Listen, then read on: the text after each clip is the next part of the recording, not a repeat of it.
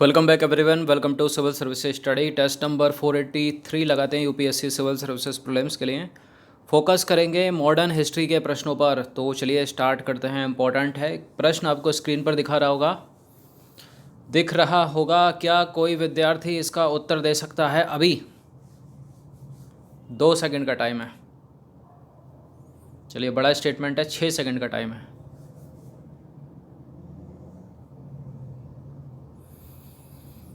चलिए स्टार्ट करते हैं। वो पता चल ही जाना है कि किसने कुछ सेकंडों में आंसर दिया होगा, सही दिया होगा या गलत। चलिए,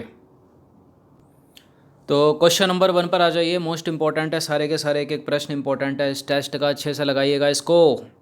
क्वेश्चन नंबर 1, नेहरू रिपोर्ट से रिलेटेड कुछ स्टेटमेंट है यहाँ पर, 3 बताना कि आपको इनमें से कौन सा करेक्ट होगा। पहला स्टेटमेंट है, नेहरू रिपोर्ट में सांप्रदायिक आधार पर पृथक निर्वाचन को अस्वीकार कर दिया गया।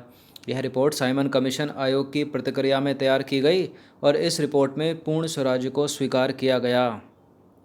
बताइए, नेहरू रिपोर्ट में सांप्रदायिक आधार पर पृथक निर्वाचन को स्वीकार किया गया या अस्वीकार किया गया? करेक्ट है, अस्वीकार कर दिया गया था। और बिल्कुल ये रिपोर्ट साइमन कमीशन आयोग की प्रतिक्रिया में तैयार की गई और इस रिपोर्ट में पूर्ण स्वराज्य को स्वीकार नहीं किया गया था, बल्कि डोमिनियन स्टेटस पर सहमति बनी थी नेहरू के द्वारा इतना मना करने के बावजूद भी। तो इसका आंसर क्या हो जाएगा? थर्ड को एलिमिनेट करके लगा दीजिए, केवल एक कर दो। तो देखिए, कथन 3 सही नहीं है, क्योंकि मोतीलाल नेहरू की अध्यक्षता में तैयार संविधान का प्रारूप ही नेहरू रिपोर्ट के नाम से जाना गया। नेहरू रिपोर्ट में सुभाष चंद्र बोस और जवाहरलाल नेहरू के विरोध के बावजूद पूर्ण स्वराज्य के प्रस्ताव को नहीं माना गया और डोमिनियन स्टेटस की प्राप्ति पर सहमति बनी। क्वेश्चन नंबर 2 पर आ जाइए। निम्नलिखित प्रावधानों में कौन से नेहरू रिपोर्ट में शामिल थे? भाषाई आधार पर प्रांतों का गठन करेंगे, मूल अधिकार, नागरिकता संबंधी प्रावधान और द्विसदनीय विधायिका चाहिए हमको। बताइए, कौन से प्रावधान थे नेहरू रिपोर्ट में शामिल? भाषाई आधार पर प्रांतों का गठन करेक्ट है, मौलिक अधिकार, नागरिकता संबंधी प्रावधान और द्विसदनीय विधायिका, सारे के सारे थे। उपरोक्त सभी है इसका आंसर। तो देखिए, उपरोक्त सभी प्रावधान जो है नेहरू रिपोर्ट में शामिल थे। नेहरू रिपोर्ट में डोमिनियन स्टेटस के अतिरिक्त भाषाई आधार पर राज्यों का गठन, नागरिकता सहित 19 मौलिक अधिकारों की मांग शामिल थी, जिसमें संघ बनाने की स्वतंत्रता, वयस्क मताधिकार और स्त्रियों को समान अधिकार जैसी बातें उसमें मौजूद थी। द्विसदनीय विधायिका में निम्न सदन और उच्च सदन का प्रावधान किया गया, जिसमें निम्न सदन में चाहिए 500 सीटें और उच्च सदन में होनी चाहिए 200 सीटें। कौन सा होता है? निम्न सदन लोकसभा और ऊपर वाला सदन राज्यसभा। क्वेश्चन नंबर 3 पर आ जाइए। दिल्ली प्रस्ताव से रिलेटेड कुछ स्टेटमेंट है यहाँ पर। देखिए, यह प्रस्ताव मुस्लिम लीग द्वारा प्रस्तुत किया गया था और पृथक निर्वाचन प्रणाली को समाप्त करके संयुक्त निर्वाचन प्रणाली की व्यवस्था करना दिल्ली प्रस्ताव की मांग थी। यही थी क्या? मुस्लिम लीग द्वारा प्रस्तुत किया गया इसको, और पृथक निर्वाचन प्रणाली को समाप्त करके संयुक्त निर्वाचन प्रणाली की व्यवस्था करना जो है इस प्रस्ताव मतलब दिल्ली प्रस्ताव की मांग थी। बिल्कुल करेक्ट है, दोनों के दोनों स्टेटमेंट, सी है इसका आंसर। तो देखिए, दिल्ली प्रस्ताव की निम्नलिखित मांगें थी। पृथक निर्वाचन प्रणाली को समाप्त कर संयुक्त निर्वाचन प्रणाली की व्यवस्था जो है वो की जाए, जिससे कुछ स्थान मुसलमानों के लिए जो है आरक्षित कर दिए जाएं। केंद्रीय विधानसभा में 1/3 स्थान मुसलमानों के लिए आरक्षित किए जाएं और सिंध, बलूचिस्तान एवं उत्तर पश्चिम सीमांत प्रांत नामक 3 मुस्लिम प्रांतों का गठन किया जाए। फिर से सुन लीजिए, सिंध बनाया जाए, बलूचिस्तान बनाया जाए और उत्तर पश्चिम सीमांत प्रांत बनाया जाए। क्वेश्चन नंबर 4 पर आ जाइए। भारतीय स्वतंत्रता लीग से रिलेटेड निम्नलिखित कथनों पर विचार करना है। 2 स्टेटमेंट है यहाँ पर, और बताना है कि इनमें से कौन सा करेक्ट होगा। पहला स्टेटमेंट है, इसकी स्थापना सुभाष चंद्र बोस और जवाहरलाल नेहरू ने की थी। और दूसरा स्टेटमेंट है, इसकी स्थापना कांग्रेस के डोमिनियन स्टेटस के प्रस्ताव को अस्वीकार करके की गई थी।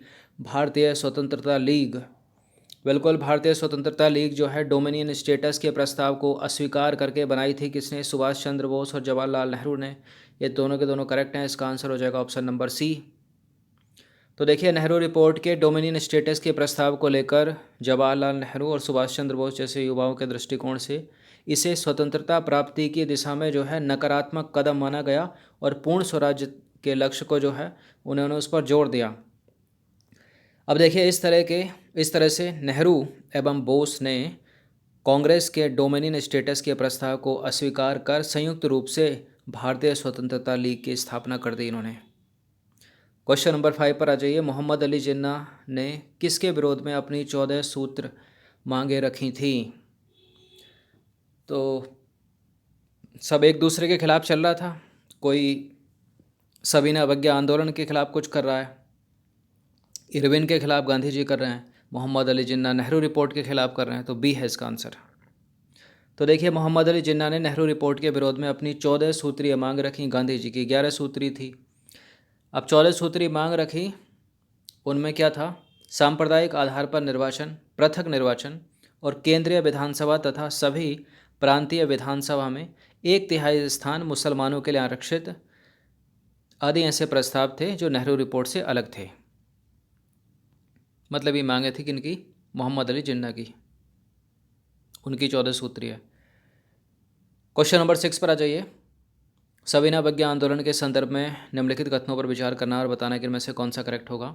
1929 के लाहौर अधिवेशन में पूर्ण स्वराज्य तथा सविनय अवज्ञा आंदोलन के प्रस्ताव को जो है वो स्वीकार कर लिया गया और 1930 का सविनय अवज्ञा आंदोलन गांधी जी ने अपनी 11 सूत्रीय मांगों को इरविन द्वारा ठुकराए जाने के कारण चलाया था। तो गांधी जी ने आंदोलन चलाया अपना 11 सूत्री, गांधी जी ने अपना आंदोलन चलाया सविनय अवज्ञा आंदोलन। कब चलाया? 1930 में। क्यों चलाया? क्योंकि उन्होंने 11 सूत्री मांग रखी थी इरविन के सामने, जो उसने ठुकरा दी थी। तो करेक्ट है दोनों के दोनों स्टेटमेंट। फिर से हुआ ये, फिर गांधी जी की कुछ मांगें मानी उसने। तो इसका आंसर क्या हो जाएगा? दोनों के दोनों करेक्ट हो गए, सी है इसका आंसर फिर। तो देखिए 1929 के लाहौर अधिवेशन में ये 3 महत्वपूर्ण निर्णय लिए गए। इसमें पूर्ण स्वराज्य के प्रस्ताव को स्वीकार कर लिया गया और सविनय अवज्ञा आंदोलन के प्रस्ताव को भी इसमें स्वीकार कर लिया गया। 26 जनवरी 1930 को संपूर्ण देश में स्वतंत्रता दिवस मनाए जाने का निर्णय लिया गया और गांधी जी द्वारा 11 सूत्रीय मांगों को इरविन द्वारा ठुकराए जाने के कारण सविनय अवज्ञा आंदोलन की शुरुआत हुई और इसके तहत गांधी जी ने 12 मार्च 1930 को ऐतिहासिक नमक सत्याग्रह की शुरुआत कर दी। चलिए अगला प्रश्न देखते हैं। 6 हो गए ना। तो क्वेश्चन नंबर 7 पर आ जाइए। गांधी जी ने अपने किस आंदोलन से पहले कुछ कहा था? क्या कहा था? ब्रिटिश सत्ता के सामने अब अधिक झुकना मनुष्य और ईश्वर दोनों के विरुद्ध अपराध है। बताइए। भारत छोड़ो आंदोलन, नमक सत्याग्रह, सविनय अवज्ञा आंदोलन या फिर असहयोग आंदोलन या फिर कोई और भी आंदोलन हो सकता है, खेड़ा या चंपारण। बताइए। और तो तभी होगा ना इसका आंसर जब प्रिंटिंग मिस्टेक होगा। तो देखिए प्रिंटिंग मिस्टेक तो कोई है नहीं इसमें, इसी में इसका एक उत्तर है और उत्तर है सविनय अवज्ञा आंदोलन। 1930 का सविनय अवज्ञा आंदोलन में गांधी जी ने कहा था कि ब्रिटिश सत्ता के सामने अब अधिक झुकना मनुष्य और ईश्वर दोनों के विरुद्ध अपराध है। सभी विद्यार्थी सोच रहे होंगे भारत छोड़ो आंदोलन जब करो या मरो का नारा दिया था। तो देखिए उपरोक्त कथन गांधी जी ने 1930 के सविनय अवज्ञा आंदोलन को प्रारंभ करने से पहले कहा था। क्वेश्चन नंबर 8 पर आ जाइए। मैंने रोटी मांगी थी, मुझे पत्थर मिला, इंतजार की घड़ियां अब समाप्त हुई। उपरोक्त कथन जो है किसके द्वारा कहा गया? चंद्रशेखर आज़ाद, भगत सिंह, महात्मा गांधी और सरदार वल्लभ भाई पटेल। किसकी संभावना ज़्यादा लग रही है? भगत सिंह की लग रही है, लेकिन उत्तर भगत सिंह नहीं है, चंद्रशेखर आज़ाद भी नहीं है, महात्मा गांधी है इसका उत्तर। ऑप्शन नंबर डी है इसका आंसर। तो देखिए 11 सूत्रीय मांगे इरविन द्वारा ठुकराए जाने पर गांधी जी ने कहा, मैंने रोटी मांगी थी, मुझे पत्थर मिला, इंतजार की घड़ियां अब समाप्त हुई, हम आंदोलन करेंगे। तो देखिए समस्त विदेशी वस्तुओं का बहिष्कार कर उसे जला दिया जाए, गांधी जी ने कहा ऐसा। महिलाएं स्वयं शराब, अफीम एवं विदेशी कपड़ों की दुकानों पर जाकर धरना दें, कर अदायगी को रोका जाए। क्वेश्चन नंबर 9 पर आ जाइए। ये भी कहा था। क्वेश्चन नंबर 9 पर आ जाइए। निम्नलिखित में से किस पत्रकार ने अपनी आंखों के सामने घटित हुए निहत्थे सत्याग्रहों पर निशंस अत्याचार का सजीव वर्णन किया है और उसने लिखा है कि धर्सना जैसा भयानक दृश्य उसने पहले कभी नहीं देखा था। उस पत्रकार का नाम क्या है? उस पत्रकार का नाम है Webb Miller, option number D. तो देखिए, मई 1930 में बम्बई के समुद्र तट पर अमेरिका के न्यू फ्री मैन अखबार के पत्रकार बेब मिलर ने अपनी आंखों के सामने हुए निहत्थे सत्याग्रहों पर निशंस अत्याचार का वर्णन, सजीव वर्णन जो है उसने किया है और उसने लिखा है कि धर्सना जैसे भयानक दृश्य मैंने कभी नहीं देखे थे। क्वेश्चन नंबर 10 पर आ जाइए। सविनय अवज्ञा आंदोलन के कार्यक्रमों के संदर्भ में निम्नलिखित कथनों पर विचार करना और बताना कि इनमें से कौन सा करेक्ट होगा। पहला स्टेटमेंट है, सरकारी सेवा, शिक्षा केंद्रों तथा उपाधियों का बहिष्कार किए जाने का निश्चय किया गया सविनय अवज्ञा आंदोलन के दौरान।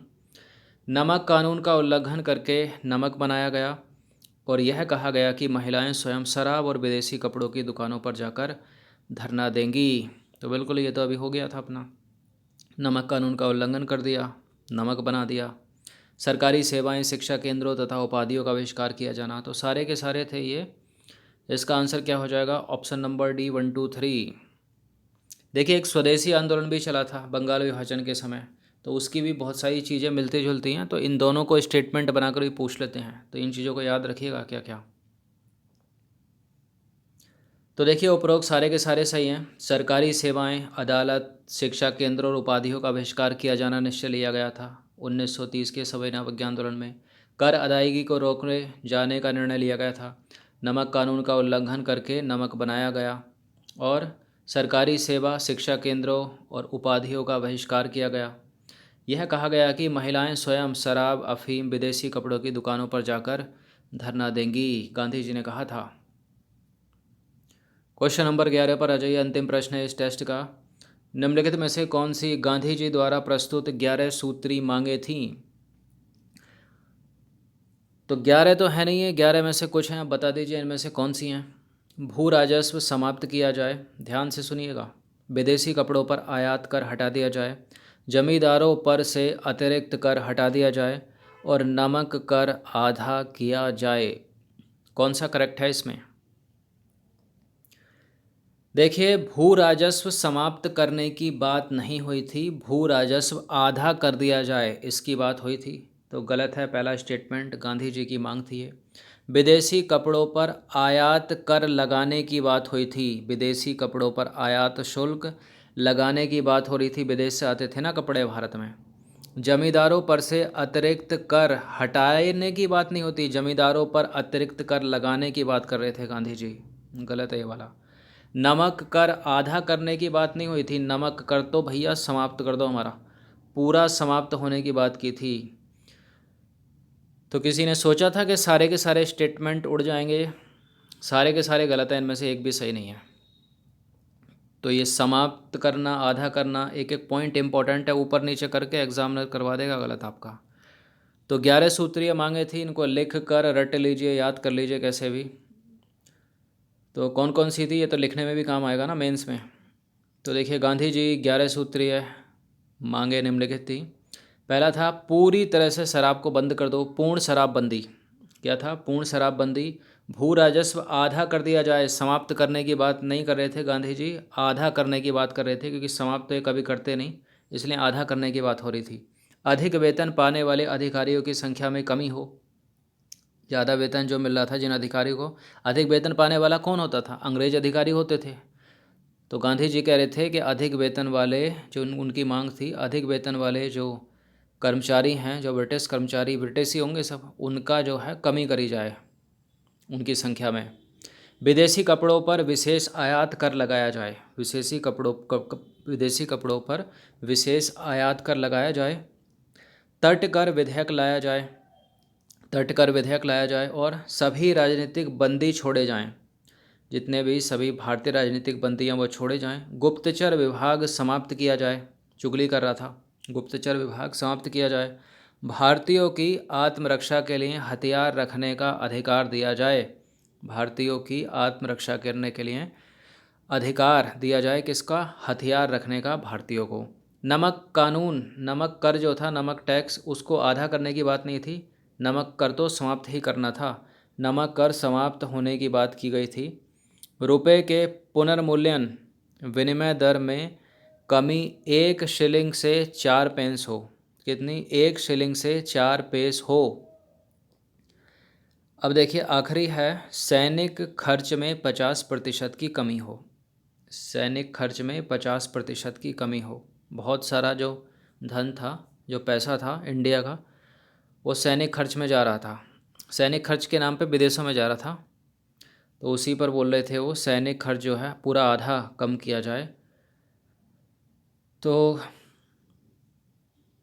अब इससे जो अगला टेस्ट आएगा उसमें इनमें से 11 में से कितनी मांगे उसने मानी इरविन ने, उसके ऊपर भी चर्चा होगी। तो बाकी अच्छे से इसका रिवीजन कर लीजिएगा, कम से कम 2 बार। धन्यवाद।